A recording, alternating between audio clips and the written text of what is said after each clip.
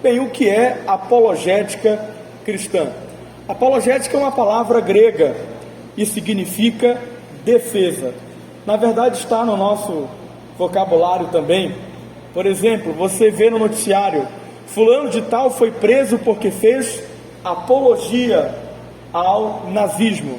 O que é fazer apologia ao nazismo? É fazer alusão, é fazer uma defesa. Então, apologética significa defesa. E a apologética cristã, em particular, é a defesa da fé cristã. Alguém pode dizer: mas a fé não precisa ser defendida? Deus não precisa ser defendido? É claro que Deus não se importa se alguém está falando algo contra ele. O Salmo 14 diz que o nécio diz em seu coração que não há Deus. Deus não precisa que as pessoas creiam nele ou creiam em suas verdades para ele continuar sendo Deus.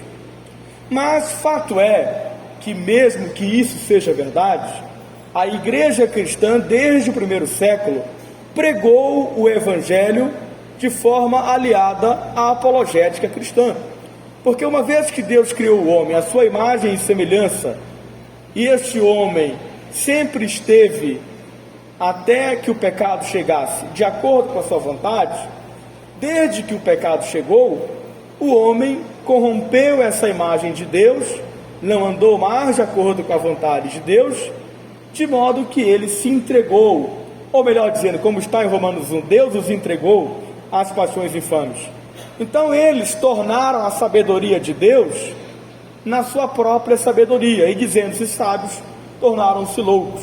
De modo que hoje existem várias doutrinas contrárias ao cristianismo, religiões contrárias ao cristianismo, filosofias contrárias ao cristianismo. Talvez você que esteja aqui na Assembleia de Deus Madureira em Belém nunca sinta a necessidade de ter que mostrar para alguém a razão da sua fé, até porque nós somos muito bem servidos aqui, diga-se de passagem, e como crentes pentecostais que somos, temos muitas experiências com o nosso Deus. Mas existem momentos da vida em que essas experiências simplesmente não estão. É muito bom participar de um culto, participar de um congresso e sentir a presença de Deus, chorar, adorar, mas em dados momentos da vida essa experiência simplesmente não aparece. É nesse momento que o conhecimento cristão é importante para se ter. É nesse momento, pastor Genaldo, que nós precisamos agir com sabedoria. Na Bíblia, no Novo Testamento em específico, dois apologistas se destacam. Primeiro é Estevão, considerado o primeiro apologista. Estevão quis mostrar para o sinédrio judaico que a pregação que eles faziam acerca de Cristo não estava em nada indo de encontro à lei e os profetas. Estevão provou pela lei e pelos profetas que aquele homem a quem queriam mataram na verdade, era de fato o Cristo que ele e a igreja de Jerusalém pregava. Estevão foi apedrejado, mas a sua pregação gerou muito resultado, de modo que ele foi considerado o primeiro apologista. Um outro grande apologista cristão é o apóstolo Paulo, que escreve praticamente metade do Novo Testamento, 13 cartas. O Novo Testamento tem 27, 13 é praticamente metade de 26. Mas fato é que em boa parte de suas cartas, Paulo dedica tempo para falar contra as heresias, contra as ideias anticristãs, seja contra o pensamento greco-romano pagão, seja contra os judaizantes. E aqui veja que existe duas formas de fazer apologética: a apologética externa e a apologética interna.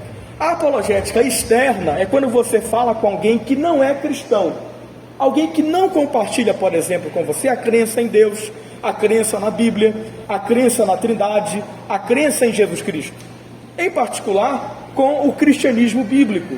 Quando você entra em contato com um ateu, com um islâmico, com um pagão, no sentido do século 21, você fala apologeticamente, digamos assim, em defesa da sua fé, de uma maneira externa.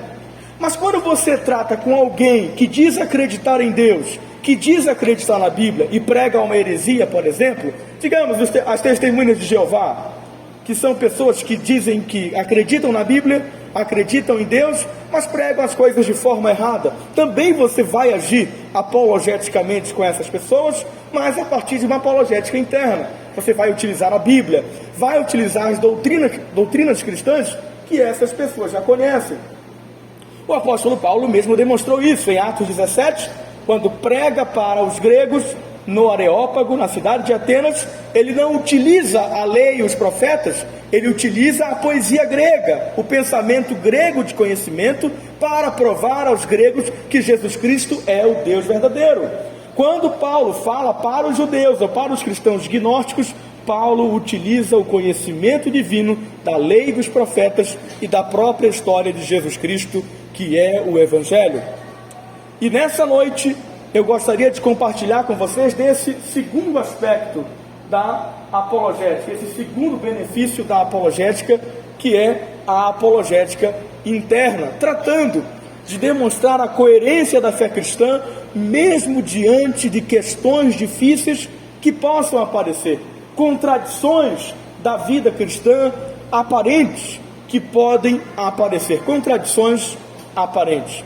A primeira pergunta que eu gostaria de colocar e que pode surgir na jornada cristã é: se Jesus prometeu que tudo o que pedíssemos em seu nome Ele nos daria, por que então temos orações não atendidas? A questão das orações não atendidas realmente pode ser perturbadora para muitos de nós cristãos. Na verdade, quem é jovem já deve ter ouvido também, alguém de mais idade, um adulto, também já deve ter ouvido, mas eu particularmente já ouvi alguém dizer: eu deixei de ser crente porque minha mãe, meu pai teve câncer, eu orei a Deus para que curasse e Deus não curou. Se eu tenho uma relação com Deus, e se Jesus é poderoso e Ele é bondoso, então Ele atenderia a minha oração. Então por que Deus não atende certas orações? A segunda pergunta que eu gostaria de fazer nessa noite e compartilhar de forma apologética com vocês é: se Deus é todo poderoso, por que não acaba com o mal e o sofrimento? O último exemplo que eu dei também parece estar de acordo com isso.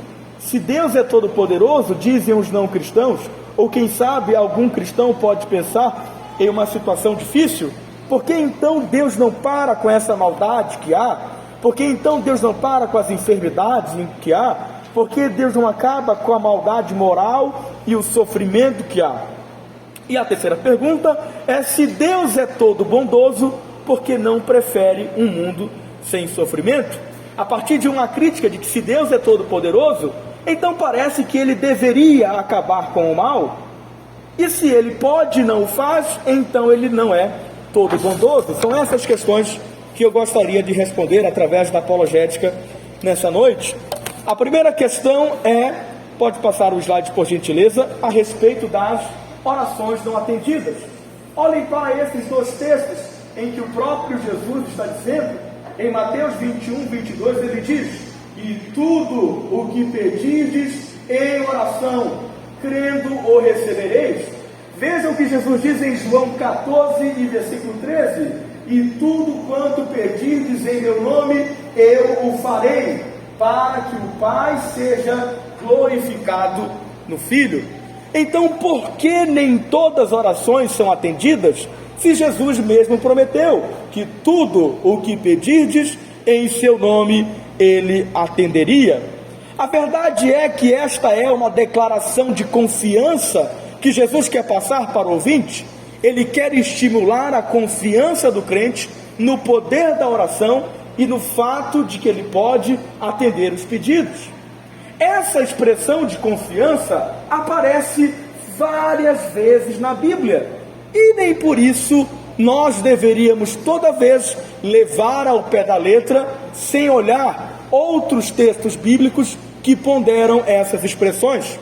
Como exemplo, Lucas 1,37: para Deus nada é impossível. É uma outra declaração de confiança. E é isso até que Jesus quer dizer, que tudo o que pedirdes, Ele fará. É que para Deus nada é impossível. Mas veja que até para este texto há uma exceção. Em Hebreus, o capítulo 6, está na sua apostila, a Bíblia diz que é impossível que Deus minta. Jamais alguém vai dizer que essa é uma contradição da Bíblia. É justamente o que você deve esperar de Deus. Um Deus que é todo poderoso, mas um Deus moralmente perfeito, que não pode mentir. Se você quiser levar ao pé da letra que para Deus nada é impossível, então as incoerências lógicas, como um Deus moralmente bondoso, totalmente moral, diferente de nós, pudesse mentir também, porque para Deus nada é impossível. Mas obviamente, quando Lucas 1,37 quer dizer que para Deus nada é impossível, ele está deixando de fora as incoerências lógicas que um Deus todo-poderoso e todo-bondoso não poderia fazer. E jamais você pensaria que essa é uma contradição da Bíblia. Perdão. Como exemplo disso, pode passar o próximo slide. O próprio João, que escreve em João 14 e versículo 13, que Cristo atende todos os pedidos, ele também escreveu em 1 João capítulo 5, versículos 14 e 13. Esta é a confiança que temos nele. Veja que eu disse que esta era uma declaração de confiança. Esta é a confiança que temos nele, que se pedirmos alguma coisa, detalhe, segundo a sua vontade, ele nos ouve. Olha o que diz o versículo 15: e se sabemos que nos ouve em tudo o que pedimos, sabemos que alcançamos as petições que ele fizemos. Veja que o próprio João, no versículo 15, ele não abre mão das palavras de Jesus, de João 14, 13, que tudo o que pedirdes em meu nome, crendo recebereis. Ele mesmo repete que nós temos a confiança de que em tudo ele nos ouve, no sentido de ouve com o significado de atender, com base na frase anterior. Mas ele não deixa de ponderar no versículo 14: esta é a confiança que temos nele, que se pedirmos alguma coisa segundo a sua vontade. A vontade de Deus é soberana sobre a nossa. Mesmo com sofrimentos que pareçam desnecessários, que Ele possa permitir, que vamos tratar justamente daqui a pouco, mas porque a vontade de Deus é soberana, Ele não pode atender todos os nossos pedidos no sentido mais literal e sem exceções da promessa de confiança de Jesus, até mesmo para o nosso bem. Você que é pai, você que é mãe, você tem uma criança, por exemplo, você não pode atender todos os pedidos que essa criança faz. Se você ama essa criança, você não atende todos os pedidos dela, mesmo quando ela acha que você está fazendo uma maldade, justamente porque você sabe o que é melhor para ela, tem mais conhecimento que ela. Imagine um Deus onisciente que conhece o começo, o meio e o fim da história. Mas então Jesus mentiu quando disse que tudo o que pedíssemos em seu nome, crendo, nós receberíamos? De modo nenhum. Jesus está fazendo uma expressão de confiança. Ele não pode passar desconfiança para quem ele está ouvindo. E quando ele diz tudo o que pedirdes em meu nome, a expressão em meu nome já denota que é de acordo com a vontade de Deus. Porque Jesus jamais pode fazer algo por você que não seja de acordo com a vontade do Pai. Porque o Filho age de acordo com a vontade do Pai. Então, quando Jesus, tudo que pedis em meu nome, só pode ter o endosso do nome de Jesus, aquilo que está de acordo com a vontade de Deus, que é soberana sobre nós. Aí você pode perguntar, mas então quer dizer que eu primeiro tenho que conhecer a vontade de Deus para depois pedir alguma coisa? Claro que não.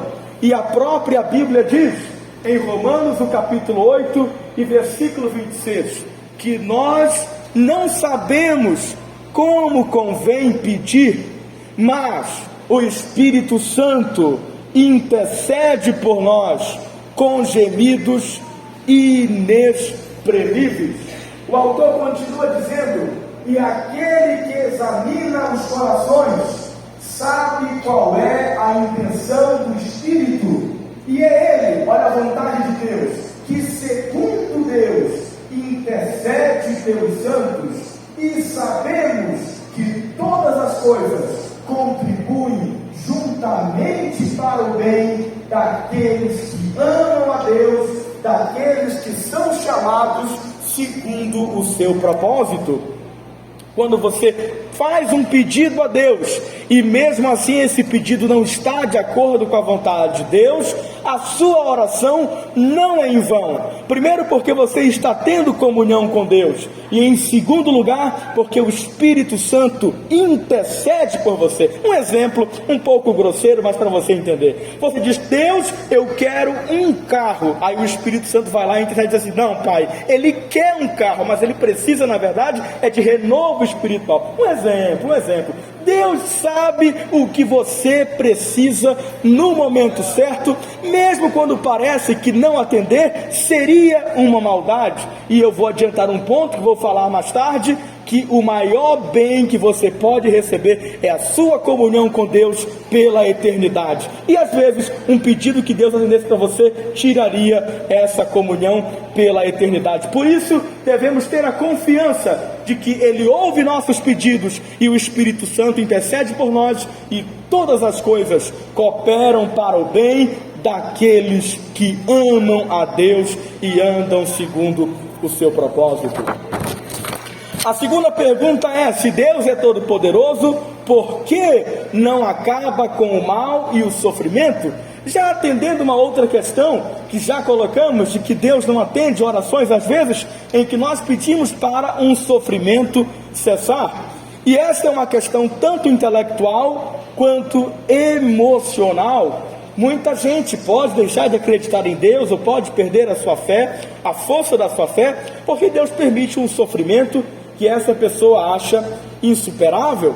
Então, tratar sobre esse assunto também é muito importante para a apologética cristã. Pense no mal e no sofrimento que o mundo tem.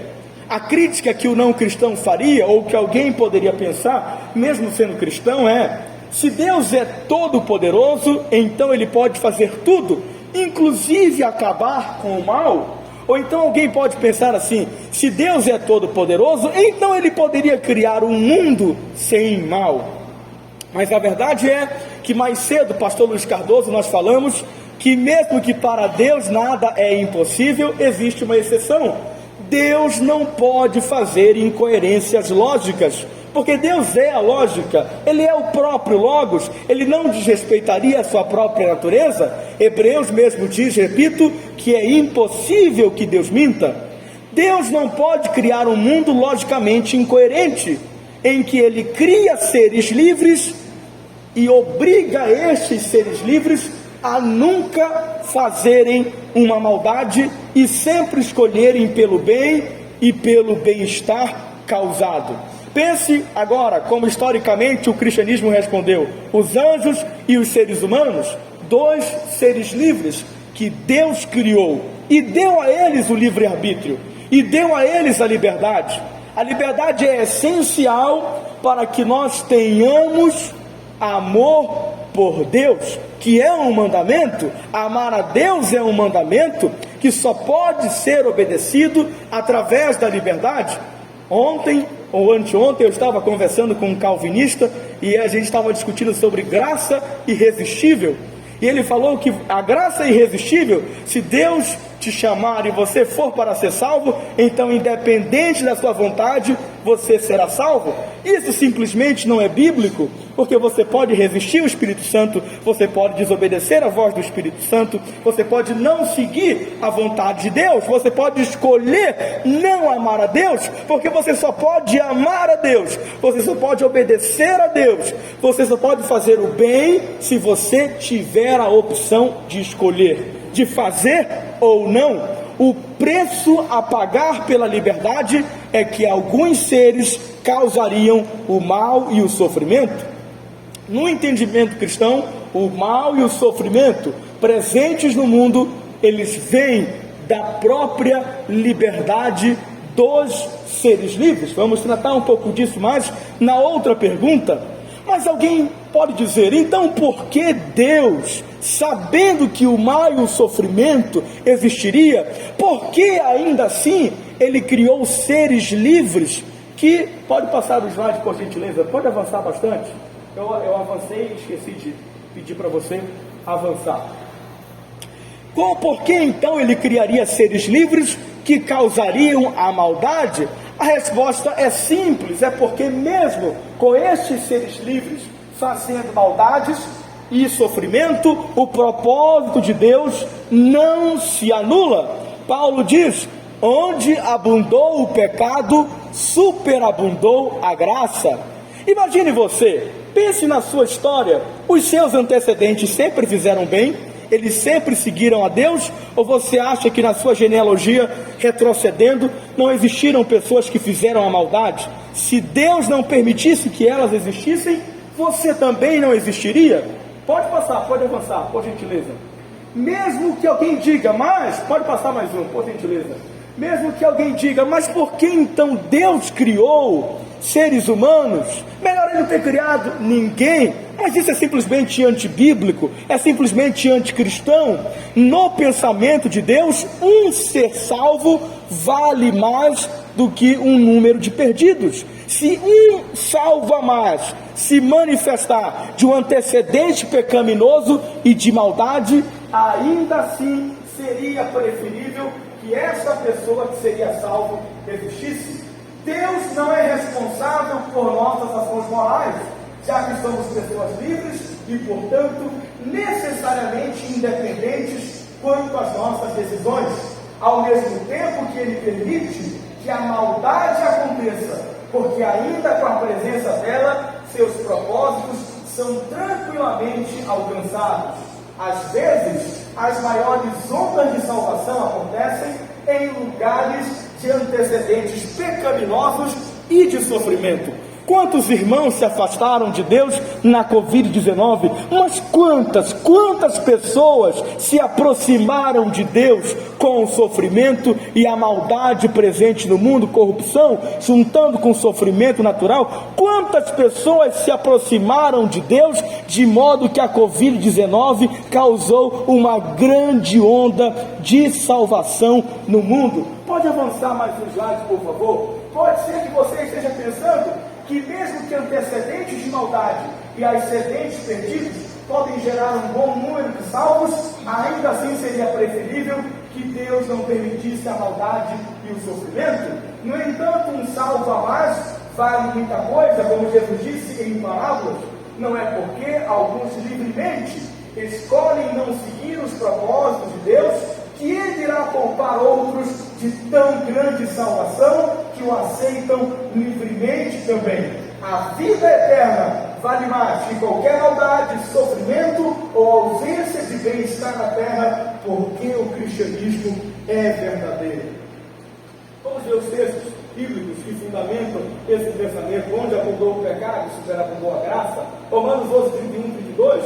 Assim também, estes agora, os judeus, foram desobedientes para também alcançarem misericórdia, e pela misericórdia a voz demonstrada, porque Deus encerrou a todos debaixo da desobediência, para com todos usar de misericórdia. Mas ainda fica mais uma pergunta: Deus é todo poderoso, tudo bem? Então ele não pode criar o mundo que quiser, porque ainda assim existiria maldade, dada a liberdade que Deus dá para haver adoração e amor. Mas se Deus é todo bondoso, Ele prefere um mundo sem sofrimento. Pense nos sofrimentos naturais, esse que você diz, não está associado a uma maldade humana. Veja os desastres naturais, veja a própria Covid-19, que eu mencionei agora há pouco, ou as crianças que sofrem e que realmente causam muita dor emocional. Pode ser o caso que emocionalmente não haja nenhuma resposta para esses problemas, mas hoje nós estamos falando sobre crescer em sabedoria, e a emoção nem toda vez segue a sabedoria, em especial a sabedoria de Deus. E então o que o cristianismo responde? porque Deus é todo bondoso e ao mesmo tempo permite o mal e o sofrimento. Em primeiro lugar, o mundo está em estado de rebelião contra Deus. Nós já falamos isso anteriormente. Se o cristianismo é verdadeiro, então esse é um ponto a se pensar. É um ponto importante a você pensar que o mundo não está em seu estado pensado originalmente por Deus. Então, em um estado de rebelião contra Deus em que o mundo está, talvez Deus tenha boas razões. Esse talvez é mais retórico, é mais para pensar. Deus tenha boas razões para permitir o sofrimento, até porque, como eu já disse, o maior bem que você pode compartilhar é o bem da salvação e da vida eterna. Em um mundo em que há seres livres que nem toda vez seguem a vontade de Deus, talvez Deus permita sofrimentos grandiosos, sejam os desastres naturais do Rio Grande do Sul, seja a Covid-19, seja um sofrimento que até parece desnecessário para o bem-estar e a felicidade aqui, mas talvez esse sofrimento não seja desnecessário para a produção de felicidade ali, porque se o cristianismo é verdadeiro, e eu acho que é, a vida ela está além do túmulo, ela vai além da vida terrena, e esta vida terrena é apenas uma pequena parcela da existência humana que se completa na eternidade. Um sofrimento, um desastre natural, uma doença, pode realmente ser desnecessário. Alguém diz, Deus permite sofrimento, as pessoas dizem que é para aprender lições, mas existem sofrimentos que parecem ser desnecessários, realmente.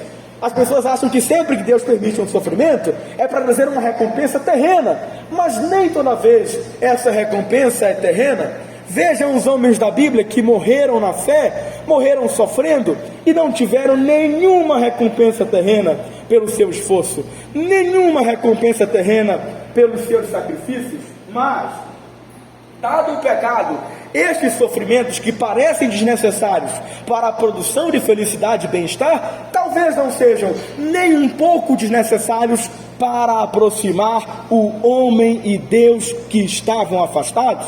Como já disse, a Covid-19 é um exemplo claro disso. Existem estatísticas que mostram que nos lugares do terceiro mundo em que grandes desastres naturais, como terremotos, maremotos, tsunamis aconteceram, nesses mesmos lugares o número de evangélicos, de pessoas crentes, aumentou, de modo que, de fato, o sofrimento parece estar ajudando o evangelho no mundo, sobretudo em um mundo rebelde em que nós vivemos.